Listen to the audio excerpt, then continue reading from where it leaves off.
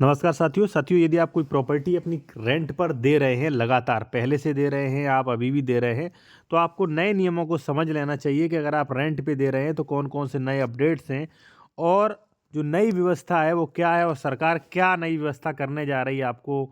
जो भी मान लीजिए टाइटल संबंधी अक्सर देखा जाता है कि किराएदार और मकान मालिक के बीच विवाद बढ़ रहे हैं। ठीक है, टाइटल संबंधी विवाद बढ़ रहे हैं। एक बार किराएदार ने कब्जा ले लिया, फिर वो खाली करने का मन ही नहीं कर रहा है। तो ऐसे में आप क्या करें, और सबसे मजबूत तरीका बताऊंगा, और ये जो तरीका आप कर रहे हैं कहीं ना कहीं हमारी नज़र में गलत है और आगे आप पढ़ेंगे कैसे गलत है। ठीक है, और अगर आप किसी मैटर पर विशेषज्ञ द्वारा कंसल्टेशन करना चाह रहे हैं साथियों, तो कॉन्टैक्ट नंबर वीडियो के डिस्क्रिप्शन में मिल जाएगा। या आप रेंट एग्रीमेंट का मजबूत पीडीएफ लेना चाह रहे हैं, लीव एंड लाइसेंस का पीडीएफ लेना चाह रहे हैं, तो वो भी आपको मिल जाएगा। ठीक है, देखिए साथियों, एक्चुअली होता क्या है कि आपने देखा होगा वीडियोस में, कई यूट्यूब में एडवोकेट बताते हैं कि भाई 11 महीने का आप जो है अनरजिस्टर्ड एग्रीमेंट करिए।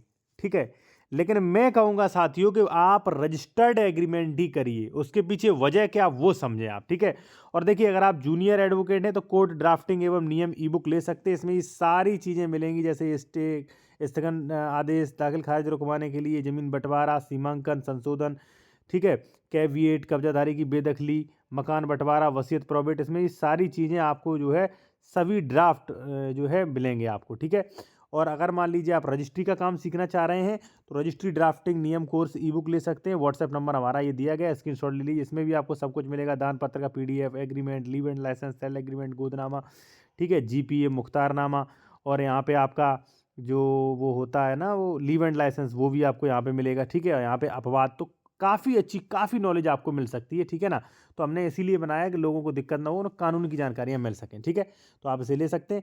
देखिए साथियों, एक्चुअली क्या है, आप कहोगे कि नहीं आप गलत बता रहे हो, मतलब ऐसा कुछ नहीं है। तो देखिए साथियों, सरकार क्या करने वाली है। यूपी में योगी सरकार मकान मालिक और किराएदार के बीच में होने वाले विवादों को ख़त्म करने की दिशा में एक बड़ा कदम उठाने जा रही है। किराए के करारनामे को लेकर आए दिन होने वाले विवाद में लोगों को बड़ी राहत मिल जाएगी। मुख्यमंत्री आदित्यनाथ योगी जी ने निर्देश पर रेंट एग्रीमेंट किराया अनुबंध को पंजीकरण कराने पर लगने वाला स्टाम्प ड्यूटी घटाई जा रही है।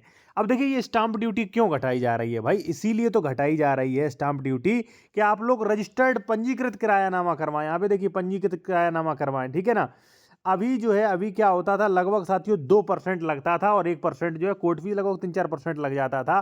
ठीक है ना, अब सरकार ये कहने करने जा रही है लगभग 2500 से 7000 तक, मतलब मान लीजिए 500 से 2500, मतलब 3-4 क्राइटेरिया रखेगी जिसमें जो है बहुत कम लगेगा। उससे होगा क्या साथियों कि देखिए, जो आप अनरजिस्टर्ड एग्रीमेंट कराते हैं, हमारे और आपके बीच में जो अनरजिस्टर्ड एग्रीमेंट हुआ है उसका कहीं भी सरकार के पास रिकॉर्ड नहीं है।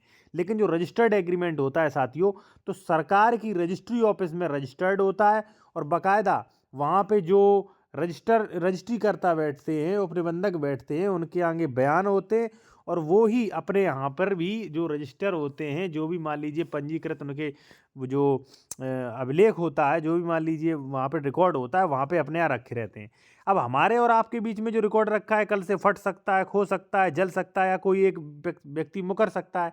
मान लीजिए ए और बी इसको लेके एग्रीमेंट करते हैं, ठीक है, इस ज़मीन को लेके।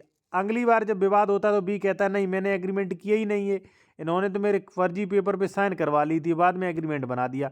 लेकिन रजिस्टर्ड एग्रीमेंट साथियों ऐसा नहीं होता, क्योंकि वहाँ पे अधिकारी बयान लेते हैं, बयान लेने के बाद अंगूठा लगेगा, अंगूठा स्कैन होगा, अंगूठा स्कैन होने के बाद ठीक है, वहाँ पे वीडियो भी बनती है कई जगह, तो ठीक है ना, और उसके बाद जो है आपका मतलब जो भी ये एग्रीमेंट होता है वो रजिस्ट्री में अभिलिखित किया जाता है।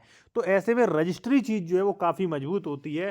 ठीक है ना, तो आप ये चीज़ देख सकते हैं साथियों, और ध्यान रहे जब भी आप रेंट एग्रीमेंट बनाते हैं तो ये सारी चीज़ें आप सोच समझ के बनाएं, जिससे जो है कभी भी आपको दिक्कत ना हो। और जिन लोगों ने हमारा ई बुक लिया है वो परेशान ना हो, 5.2 नंबर देखें, एग्रीमेंट किरायानामा के बारे में दिया गया। ठीक है, और आप चाहें लीव एंड लाइसेंस भी बना सकते हैं, 5.12 में देखें, लीव एंड लाइसेंस का प्रारूप मिल जाएगा। ठीक है, और यहाँ पे जो है इनके बारे में आपको परिभाषा भी मिल जाएगी। ठीक है जी।